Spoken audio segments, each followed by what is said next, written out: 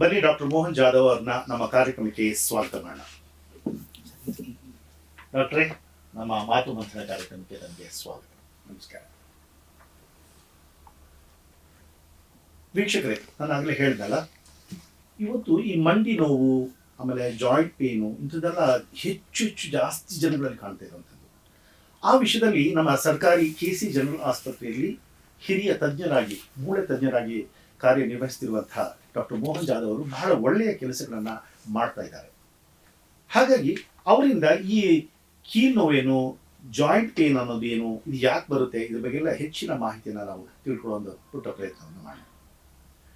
ಡಾಕ್ಟ್ರೆ, ತಾವು ಬಹಳ ವರ್ಷಗಳಿಂದ ಈಗ KC ಜನರಲ್ ಆಸ್ಪತ್ರೆಯಲ್ಲಿ ಕೆಲಸ ಮಾಡ್ತಾ ಇದ್ದೀವಿ. ಅದರಲ್ಲೂ ಬಹಳ ಮುಖ್ಯವಾಗಿ ಕೀಲು ಜೋಡಣೆ, ನೀ ಜಾಯಿಂಟ್ ಪೇನ್, ಜಾಯಿಂಟ್ ಏನು ಹೇಳ್ತೀವಿ ಅದಕ್ಕೆ, ನೀ ಜಾಯಿಂಟ್ ಪೇನ್. ಅದು ನೀವು ಅದು ಕೃತಕವಾಗಿ ಅದನ್ನ ಸೇರಿಸೋದಾ, ಹೇಗೆ ಅದು? ಹೌದು. ನೀ ಜಾಯಿಂಟ್ ಪೇನ್ ಬಂದ ತಕ್ಷಣ ಏನು ಕೃತಕವಾಗಿ ಸೇರಿಸಲ್ಲ. ನೀ ಜಾಯಿಂಟ್ ಆರ್ಥರೈಟಿಸ್ ಅಂತ ಇರ್ತದೆ. ಓಕೆ. ಸೊ ಅದರಲ್ಲಿ ಸಂಧಿವಾತ ಕನ್ನಡದಲ್ಲಿ ಹೇಳ್ಬೇಕಂತ ಇದ್ರೆ ಅದರಲ್ಲಿ ಗ್ರೇಡ್ 1 ಟು ಸಿವಿಯರ್ ಆರ್ಥರೈಟಿಸ್ ಅಂದ್ರೆ ಗ್ರೇಡ್ 1, 2, 3, 4ಗೆ ಅಂತ ಹೋಗುತ್ತೆ.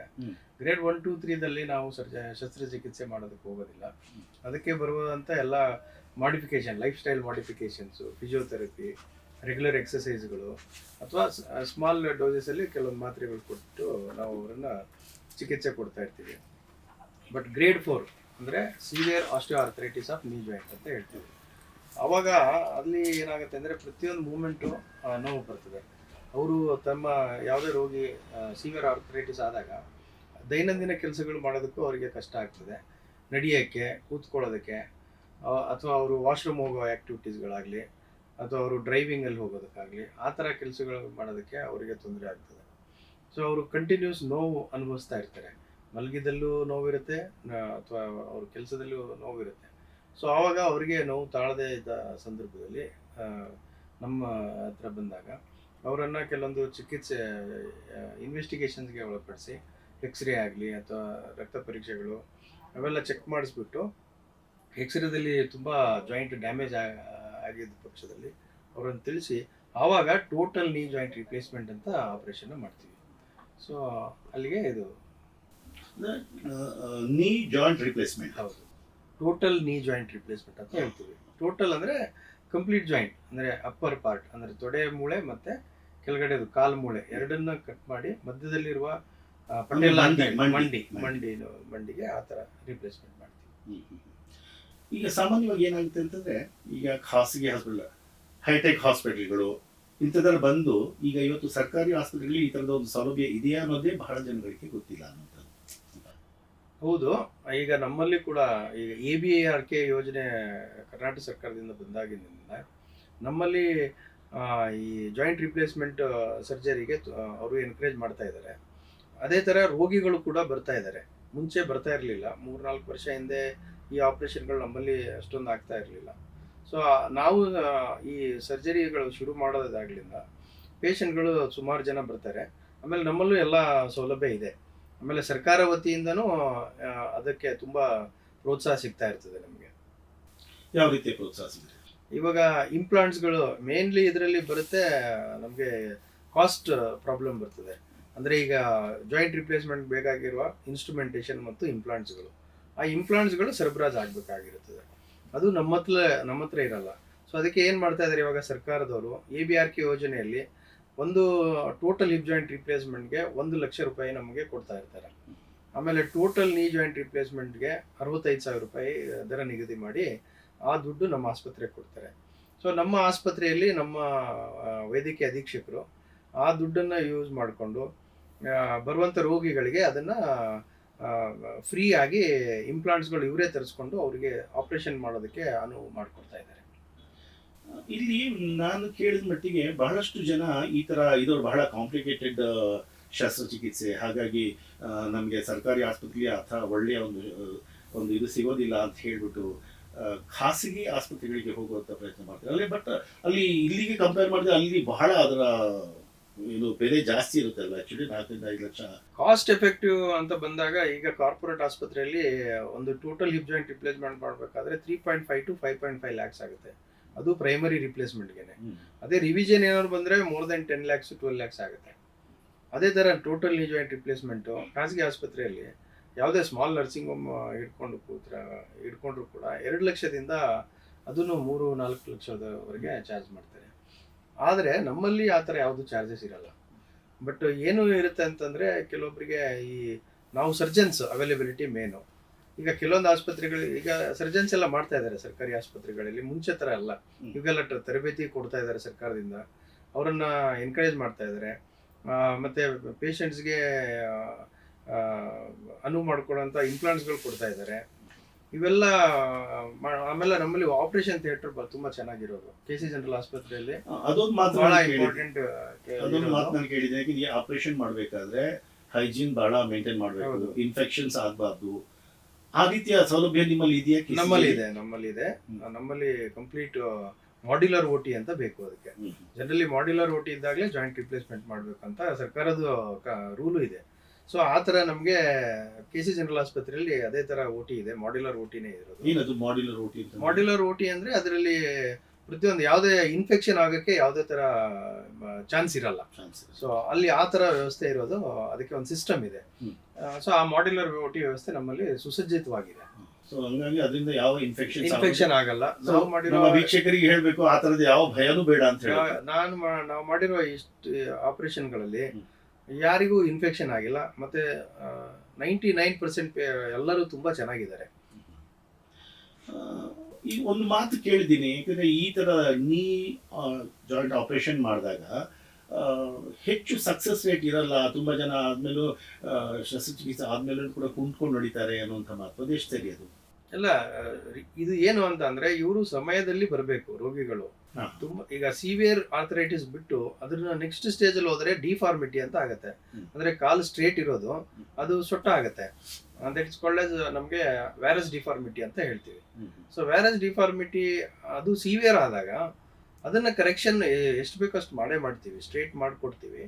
ಆದ್ರೆ ಆಮೇಲೆ ಅದು ಆದ್ಮೇಲೆ ಕೆಲವೊಬ್ರು ಫಿಸಿಯೋಥೆರಪಿ ರೆಗ್ಯುಲರ್ ಆಗಿ ಮಾಡ್ಬೇಕಾಗತ್ತೆ.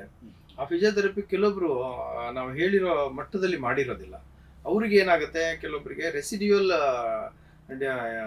ಪೇನು ಅಥವಾ ಸ್ಟಿಫ್ನೆಸ್ ಉಳ್ಕೊಳ್ಳುತ್ತೆ. ಅಂದರೆ ಆ ಮೂಮೆಂಟು ಮುಂಚೆ ನ್ಯಾಚುರಲ್ ಬರೋ ಥರ ಮೂಮೆಂಟ್ ಕೆಲವೊಬ್ಬರಲ್ಲಿ ತುಂಬ ಕಮ್ಮಿ. ಅದು ಯಾಕೆ ಅಂತಂದರೆ ಅವರು ಫಿಸಿಯೋಥೆರಪಿ ರೆಗ್ಯುಲರ್ ಆಗಿ ಕರೆಕ್ಟಾಗಿ ಫಾಲೋ ಮಾಡದೇ ಇರೋದ್ರಿಂದ ಅವರಲ್ಲಿ ಉಳ್ಕೊಳ್ಳುತ್ತೆ. ಅವರು ಈ ಥರ ಕೆಲವೊಂದು ಮಾತುಗಳು ಹೇಳೋದಕ್ಕೆ ಸಾಧ್ಯತೆ ಇರ್ತದೆ. ಇದು ಮಂಡಿ ಬಿಟ್ಟರೆ ನೆಕ್ಸ್ಟ್ ಇನ್ನು ಯಾವ ಆಪರೇಷನ್ಸ್ ಮಾಡ್ತೀವಿ ನಾವು? ನಾನು ಟೋಟಲ್ ಹಿಪ್ ಜಾಯಿಂಟ್ ರಿಪ್ಲೇಸ್ಮೆಂಟ್ ಸರ್ಜರಿನೂ ಮಾಡ್ತೀವಿ. ಅದ್ರ ಬಗ್ಗೆ ಸ್ವಲ್ಪ ಹೇಳಿ. Hip joint, total hip joint replacement ಇವಾಗ ಇತ್ತಿತ್ತಲಾಗಿ ತುಂಬಾ ಸ್ವಲ್ಪ ಜಾಸ್ತಿ ಯುವ ಜನರಲ್ಲೂ ಕಾಣಿಸ್ತಾ ಇರ್ತದೆ. ಅದಕ್ಕೆ ಕಾರಣ ಸುಮಾರು ಇರೋದೇ. ಕೆಲವೊಬ್ರು ಈ ಸ್ಟಿರಾಯ್ಡ್ ಮಾತ್ರೆಗಳು ತಗೋತಾರೆ ಯಾವುದೋ ಬೇರೆ ಕಾಯಿಲೆಗಳಿಗೆ ಅವ್ರ ಬಾಡಿಯಲ್ಲಿ. ಅದು ಫಾರ್ ಕ್ರಾನಿಕ್ ಯೂಸ್, ಅಂದರೆ ಸುಮಾರು ದಿವಸ ಅದು ಸ್ಟಿರಾಯ್ಡ್ಸ್ ಕೊಟ್ಟರೆ ಈ ತೊಡೆ ಮೂಳೆಯ ಫೀಮರ್ ಅಂತ ಹೇಳ್ತೀವಿ, ಆ ಮೂಳೆಗೆ, ಆ ಫೀಮರ್ದು ಹೆಡ್ಡಲ್ಲಿ ಎ ವ್ಯಾಸ್ಕ್ಯುಲರ್ ನೆಕ್ರೋಸಿಸ್ ಅಂತ ಆಗುತ್ತೆ. ಅಂದರೆ ಆ ರಕ್ತ ಚಲಾವಣೆನೇ ಕಟ್ ಆಗೋಗುತ್ತೆ ಸ್ಟಿರಾಯ್ಡಿಂದ, ಸರಬರಾಜು ನಿಂತು ಹೋಗುತ್ತೆ. ಆವಾಗ ಹೆಡ್ ಆಫ್ ದ ಫೀಮರ್ ಏನಾಗುತ್ತೆ, ಆವಾಗ ನೆಕ್ರೋಸಿಸ್ ಅಂದರೆ death of the tissue. So ಆ ಭಾಗ ಕೊಲ್ಯಾಪ್ಸ್ ಆಗ್ತಾ ಹೋಗುತ್ತೆ. ಅಂದರೆ ಆ ಸೈಜ್ ಸರ್ಕ್ಯುಲರ್ ಇರೋದು ಫ್ಲಾಟ್ ಆಗ್ತಾ ಹೋಗುತ್ತೆ. ಅದರಿಂದ ಮತ್ತೆ ಹಿಪ್ ಜಾಯಿಂಟ್ ಆರ್ಥರೈಟಿಸ್ಗೆ ಹೋಗ್ಬಿಡುತ್ತೆ. ಆರ್ಥರೈಟಿಸ್ ಆದಾಗ ಈ ರೋಗಿ ಕುಂತ್ಕೊಂಡು ನಡೆಯೋದಕ್ಕೆ ಶುರು ಮಾಡ್ತಾರೆ. ಆಮೇಲೆ ರೆಗ್ಯುಲರ್ ಅವ್ರ ಕೆಲಸ ಮಾಡೋದಕ್ಕಾಗಲ್ಲ. ಅವರು ಯಾವುದೇ ಒಂದು ಫಿಸಿಕಲ್ ಆ್ಯಕ್ಟಿವಿಟಿಗಳು ಅಥವಾ ಸ್ಪೋರ್ಟ್ಸ್ ಆ್ಯಕ್ಟಿವಿಟೀಸ್ಗಳು ಮಾಡೋದಕ್ಕೆ ಸಾಧ್ಯನೇ ಆಗೋದಿಲ್ಲ. ಸೊ ಇದು ಸ್ಪೆಷಲಿ ಯುವ ಜನತೆಯಲ್ಲಿ ಕಾಣಿಸ್ತಾ ಇರ್ತದೆ. ಸೊ ಅಂಥವ್ರಿಗೆ ನಾವು ಟೋಟಲ್ ಹಿಪ್ ಜಾಯಿಂಟ್ ರಿಪ್ಲೇಸ್ಮೆಂಟ್ ಅಂತ ಮಾಡ್ತೀವಿ. ಆವಾಗ ಕಂಪ್ಲೀಟಾಗಿ ಪೇನ್ ಫ್ರೀ ಇರ್ತಾರೆ. ಆಮೇಲೆ ಅವರು ತಮ್ಮ ದೈನಂದಿನ ಎಲ್ಲ ಕೆಲಸಗಳು ಮಾಡ್ಕೋಬೋದು. ಸೊ ಅದನ್ನು ಕ್ರಮೇಣವಾಗಿ ಅವರು ಪೋಸ್ಟ್ ಆಪರೇಟಿವ್ ಅಲ್ಲಿ ನಾವು ವೈದ್ಯರು ಹೇಳಿರುವ ಸಲಹೆಗಳನ್ನು ತಗೊಂಡು ಫಾಲೋ ಮಾಡಿದ್ರೆ ಅವರು ಪ್ರತಿಯೊಂದು ಅವರ ಕೆಲಸಗಳನ್ನು ನೀಟಾಗಿ ಮಾಡ್ಕೊಂಡು ಹೋಗ್ಬೋದು. ಇದು ಬರೋದಕ್ಕೆ ಕಾರಣ ಏನು ಅಂತ, ಯಾಕೆ ಯಾವ ಕಾರಣಕ್ಕೋಸ್ಕರ ಬರುತ್ತೆ? ಹಿಪ್ ಜಾಯಿಂಟ್ ಅಲ್ಲಿ ಆರ್ಥರೈಟಿಸ್ ಅದೇನೆ ಒಂದು ಕಾರಣ. ಈ ಒಂದು ಏನೋ ನಾವು ಸ್ಟಿರಾಯ್ಡ್ ಮಾತ್ರೆ ಅಂತ ಹೇಳ್ತೀವಿ. ಕೆಲವೊಬ್ಬರಿಗೆ alcohol intake also will cause vascular necrosis. Chronic smokers ಅಲ್ಲಿ ಕಾಣಿಸುತ್ತೆ. ಆಮೇಲೆ ಕೆಲವೊಂದರಲ್ಲಿ ಇಡಿಯೋಪತಿಕ್ ಅಂತ ಹೇಳ್ತೀವಿ. 50% of the cases are idiopathic. ಅಂದ್ರೆ ಅಲ್ಲಿ ಅದಕ್ಕೆ ಕಾರಣ ಇಲ್ಲದೆ ಇರೋ ಕೇಸ್ಗಳು ಇರ್ತವೆ.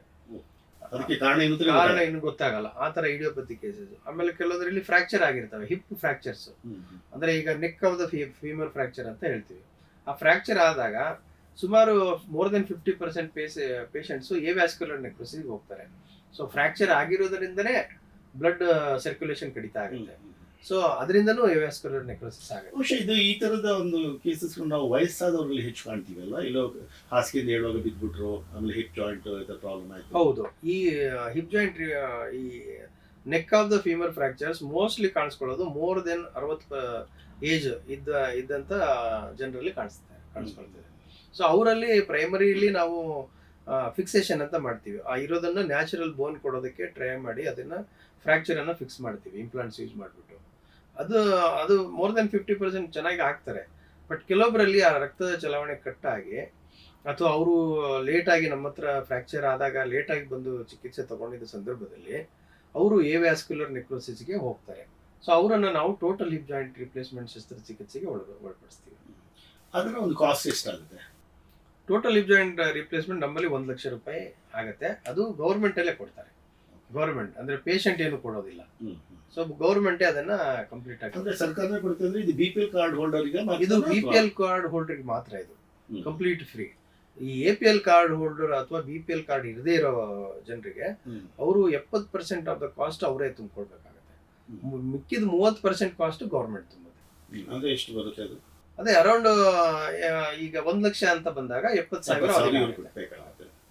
ಅದೇ ಈಗ ಖಾಸಗಿ ಆಸ್ಪತ್ರೆಗೆ ಹೋದಾಗ ಎಷ್ಟು?